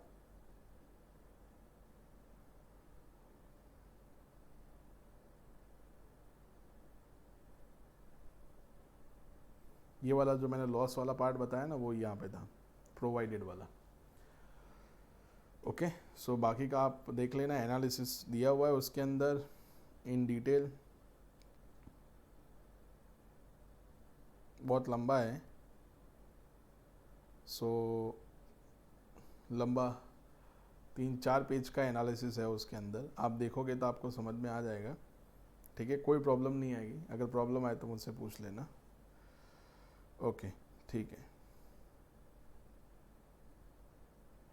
अभी आ जाते हैं page number 35, page number 35 section 143 subsection 2, okay. क्या था सेक्शन 143 सबसेक्शन 2? तो section 143 subsection 2 is about the notice for making scrutiny assessment, okay. So यहाँ पे लिखा हुआ है स्क्रूटिनी असेसमेंट सेक्शन 143 सबसेक्शन 3 के अंदर, where a return has been furnished under section 139 or in response to the notice under section 142 subsection 1, the assessing officer or the prescribed income tax authority, as the case may be, if he considered it necessary or expedient to ensure that the assessee has not understated, मतलब ये ensure करने के लिए that the assessee has not understated the income, understated मतलब उसने अपनी income को कम नहीं दिखाया हो, और has not computed excessive loss, ठीक है। तो एक्सेसिव लॉस उसने ना दिखाया हो, मतलब लॉस 50 लाख का हो और उसने दिखाया हो 80 लाख रुपीज़ का, तो अल्टीमेटली तो वो टैक्सेबल इनकम के सामने जाके सेट ऑफ होगा, तो इनकम तो वापस कम हो जाएगी। और has not underpaid the tax in any manner shall serve on the notice on the assessee a notice requiring him on a date to be specified therein, either to attend the office of the assessing officer or to produce or the cause to be produced before the assessing officer any evidence on which the assessee may rely in support of the return। तो मान लो कि आपने जो income tax return file किया है, ठीक है, तो जैसा मैंने आपको बताया कि 143 सबसेक्शन 1 के अंदर जो असेसमेंट होता है वो कौन सा असेसमेंट होता है, रेगुलर। तो रेगुलर असेसमेंट के अंदर एओ या तो अथॉरिटी को ये एंश्योर करना होता है, क्या क्या एंश्योर करना होता है, ठीक है, दैट असेसी नॉट अंडरस्टेटेड, मतलब उसने अपनी इनकम को अंडरस्टेट नहीं किया है, नॉट अंडरस्टेटेड इनकम, ठीक है, and claim what excessive loss और नॉट पेड टैक्स, ओके। अगर ये 3 चीज़ें नहीं होगी ना तो फिर उस केस में 3 चीज़ें ना हो, उसके लिए वो लोग क्या करते हैं, रेगुलर असेसमेंट करते हैं। तो सर मान लो कि ये 3 चीज़ें हैं, तो मतलब if assessee understated his or its income, मतलब assessee ने अपनी इनकम को अंडरस्टेट किया है और क्लेम एक्सेसिव लॉस, उसने ज़्यादा लॉस क्लेम किया हुआ है, ठीक है। तो इन दैट केस आपका 143 सबसेक्शन 3 में काम नहीं बनेगा। So in that case you have to go for section 147, okay. It's called the income escaping assessment. क्यों? क्योंकि आपने अपनी इनकम को अंडरस्टेट किया हुआ है। तो अंडरस्टेट किया है मतलब ये तो वन काइंड ऑफ इंटेंशनल था ना, the assessee having a intention to deceive the income tax department, ठीक है। तो in that case section 147 initiate होगा। तो 147 इनिशिएट ना हो उसके लिए एओ को क्या इंश्योर करना पड़ेगा? ये 3 चीज़ें इंश्योर करनी पड़ेगी, ओके। सो ये आपको अंदर उतार लेना है। क्यों? जब आगे का असेसमेंट स्टार्ट करेंगे तो पहली लाइन यही आएगी, ठीक है। सो अगर ये नहीं पता होगा तो प्रॉब्लम हो जाएगा, ठीक है। सो ध्यान रखना आप लोग। Next, provided that no notice under this subsection shall be served on the assessee after the expiry of 6 months from the end of the financial year in which the return is furnished, ठीक है। मतलब कितने महीने के अंदर आपको notice देना पड़ेगा? तो विद इन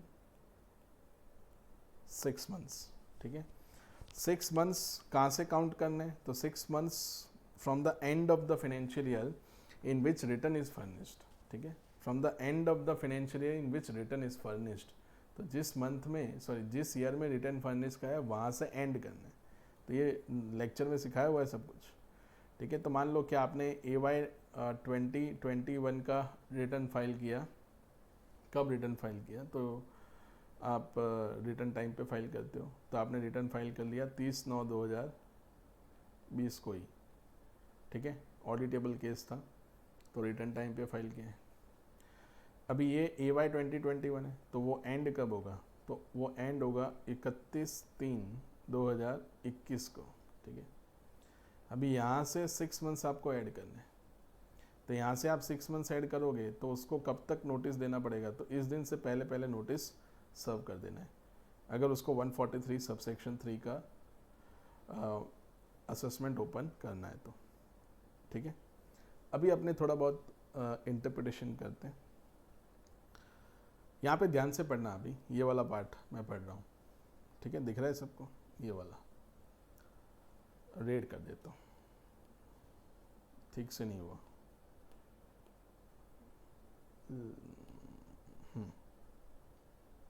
ठीक है। सो ध्यान रखना है, रेड लाइट मैंने जला दी है। Provided that no notice under this subsection shall be served, ठीक है। अभी है ना, एक्ट के अंदर अलग अलग चीज़ें लिखी हुई है। Shall be issued, shell be served, ठीक है। तो सर इन दोनों में फ़र्क क्या होता है? शैल बी इश्यूड मतलब जिस दिन उसने इश्यू किया, सर्व मतलब जिस दिन असेसी ने रिसीव्ड किया, ठीक है। तो यहाँ पे क्या लिखा हुआ है? सर्व्ड, तो जिस दिन रिसीव्ड। तो असेसी को नोटिस इस दिन से पहले क्या होनी चाहिए? रिसीव्ड होनी चाहिए। सर समझ नहीं आया थोड़ा और। मान लो कि एओ को सेक्शन 143 सबसेक्शन 3 के अंदर असेसमेंट ओपन करना है, तो उसको 143 सबसेक्शन 2 की नोटिस क्या करनी है? सर्व करनी है कि इश्यू करनी है, ठीक है। तो मान लो कि 29 सितंबर 2020 को एओ ने नोटिस इश्यू कर दिया, issued by AO, but received कब हुआ? तो रिसीव्ड हुआ 2000 सॉरी गलती हो गई, भावनाओं में बह गए। तो 2/10/2020 इस दिन रिसीव्ड हुआ। तो इस केस में 143 सबसेक्शन 3, ठीक है, क्या हो जाएगा? इनिशिएट होगा। किस दिन नोटिस उसको रिसीव हुआ? आफ्टर 6 मंथ्स रिसीव हुआ ना, तो 143 सबसेक्शन 3 आप इनिशिएट नहीं कर सकते हो, ठीक है। क्योंकि नोटिस रिसीव्ड कब हुआ, मतलब सर्व कब हुई? नोटिस तो इस दिन को सर्व हुई ना, तो फिर उस केस में आगे आप नहीं बढ़ सकते हो। यहाँ पे ये टाइम बेड हो चुका है। सो ये याद रखना, शैल बी सर्व्ड लिखा हुआ है। शैल बी इश्यूड लिखा होता तो फिर कोई प्रॉब्लम था ही नहीं इसके अंदर, ठीक है। ओके, आगे नेक्स्ट देखो, इलस्ट्रेशन नंबर 1 दिया हुआ है। For the assessment year 17-18, ROI was filed on 30th of September 2017 and 31st of March 2000. मतलब सेकेंड सिचुएशन है 31st मार्च 2018.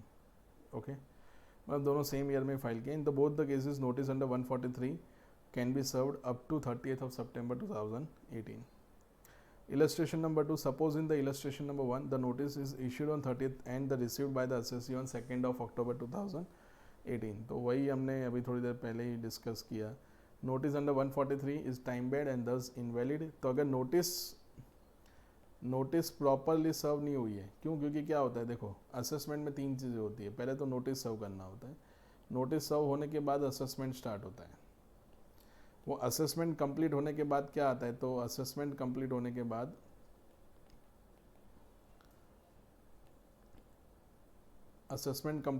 बाद क्या आएगा, तो असेसमेंट ऑर्डर आएगा. ठीक है, तो ये एक पूरी प्रोसीजर होती है. पहले नोटिस जाएगा, फिर असेसमेंट होगा, फिर असेसमेंट ऑर्डर आएगा. ठीक है, वो असेसमेंट ऑर्डर के आगे वो लोग डिमांड ऑर्डर आपको भेजेंगे. ठीक है, और भी सारी प्रोसीजर्स होती है.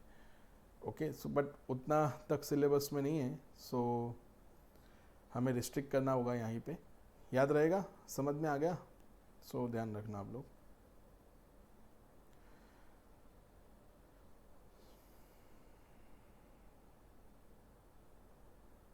Illustration number 3. तो इलस्ट्रेशन नंबर 3 में देखो, for the assessment year 17-18 the due date of filing return of income is 31st July 2017. ROI is filed on 31st July 2017 itself. The declaring an income of rupees 60 lakhs. कितना income उन्होंने declare किया है? 60 lakh. Further a revised return is filed on 31st of March 2018 declaring an income of rupees 6 lakh. Okay. So notice under section 143 subsection 2 can be served on the assessee up to 30th of September 2018. Judgment of Dharampur sugar mills. तो ये अभी नहीं करना है आपको, बाद में हम करेंगे. तो रिवाइज रिटर्न फाइल किया. ओके, तो रिवाइज रिटर्न फाइल किया हुआ है, तो वो विद इन टाइम लिमिट में ही फाइल किया हुआ है. आपको नोटिस का टाइम देखना है कि जिस ईयर में आपने रिटर्न फाइल किया है उसके with in 6 months from the end of the financial year in which the return is furnished. Okay. Illustration number 4. For the assessment year 16-17 the ROI was filed on 30th of September 2016. The notice under section 143 subsection 2 served on 30th of September 2017. Okay. Asking for the personal appearance and the books of accounts. Another notice under section 143 subsection 2. अभी 143 subsection 2 में एक और notice दिया. पहले notice दिया, फिर दूसरा एक और नोटिस दिया. And asking for purchase. तो क्या ये नोटिस अलग अलग दिन की मानी जाएगी? नहीं, ये जो सेकेंड नोटिस आया ना, इसको in continuation with the first notice ही माना जाएगा. ओके. तो मान लो कि एक बार नोटिस आ गया है तो वो मल्टीपल टाइम्स आपको इस पास बुक्स ऑफ अकाउंट मांग सकता है जब तक असेसमेंट कंप्लीट नहीं हो सकता. तो उसमें लिखा हुआ है second notice in the continuation of first notice and therefore valid. If first notice is served in time then the subsequent notices are in the continuation of the first notice and are क्या होगा? Valid.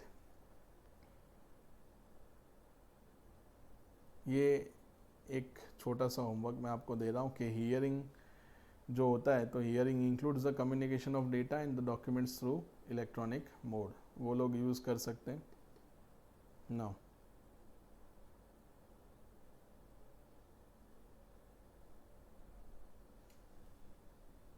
ठीक है, फिर उसके नीचे दिया हुआ है रेगुलर एंड स्क्रूटिनी असेसमेंट.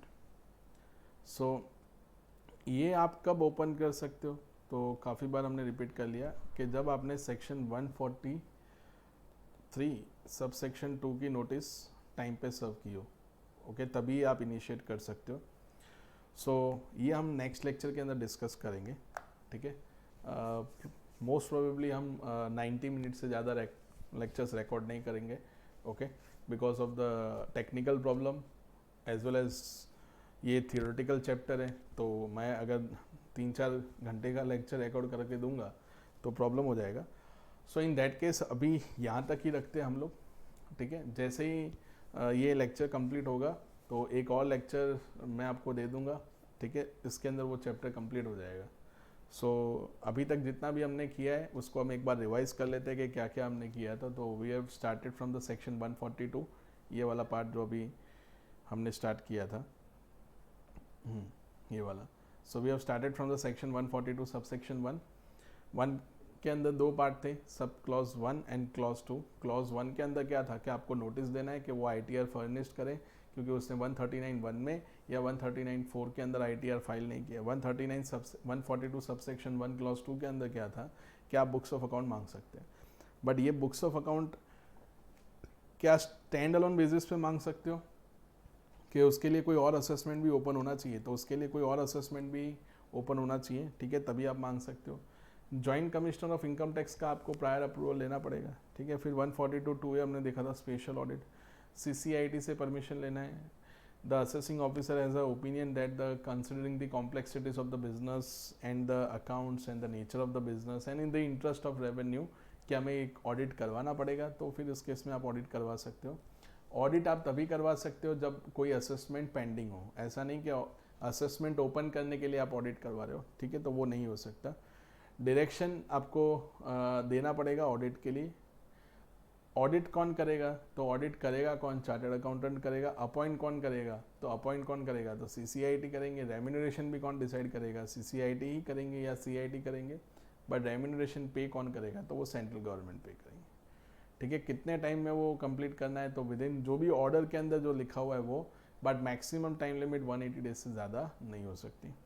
143 तो ठीक है। 143 सबसेक्शन 1 हमने देखा इंटीमेशन टू SSC, तो इंटीमेशन के अंदर काफ़ी सारी चीज़ें थी, तो उसको आप एक बार गो थ्रू कर लेना। और उसके अंदर कुछ एरिथमेटिकल एरर थी या एक्सेस लॉस क्लेम किया कि जो इन्फॉर्मेशन एपेरेंट थी वहाँ से कुछ पता चला है, ओके। आपकी जो इनकम एडजस्टमेंट हुई उसके लिए फिर आपको इंटीमेट किया जाएगा कि आपसे इतना टैक्स और लेना है या इतनी लेट फीस या तो इतना इंटरेस्ट हमें आपसे और लेना है, तो वो सब कुछ उसमें मिलेगा। 143 सबसेक्शन 2 मतलब नोटिस देना है, notice for scrutiny assessment. Notice के लिए टाइम पीरियड था, विद इन 6 मंथ्स में नोटिस देना है। 143 सबसेक्शन 3 एंड 144 वो हम नेक्स्ट लेक्चर में डिस्कस करेंगे इन डिटेल, और बाकी के जो पेंडिंग सम्स है उसको हम कंप्लीट करेंगे, ठीक है। वो लेक्चर 2 होगा जिसमें वो पूरा चैप्टर कंप्लीट हो जाएगा। Then we will start with the new chapter section 147 income escaping assessment, तो वो तब करेंगे, ओके। सो आई रिक्वेस्ट कि आप सारे ये लेक्चर्स क्या करो, जल्दी से जल्दी देख लो। एक कंटिन्यूटी में देखना पड़ेगा तो ही रिकॉल कर पाओगे, और जब भी लेक्चर कंप्लीट होता है उसके बाद जो भी सेक्शन हमने किए उसकी लिस्ट आपको बना देनी है और वो सेक्शन की लिस्ट आपको रख देनी है। इन सब के क्रक्स नोट्स आपको मिल जाएंगे, ठीक है। लॉकडाउन में बैठ के हम लोगों ने अच्छे से क्रक्स नोट्स बनाए, मैंने बनाए हैं, तो वो आपको मिल जाएंगे, शॉर्ट फॉर्म में है, ठीक है, सो दैट एग्ज़ाम के अगले दिन आपको थोड़ा हेल्पफुल रहेगा, ठीक है। So good bye everyone, have a nice day.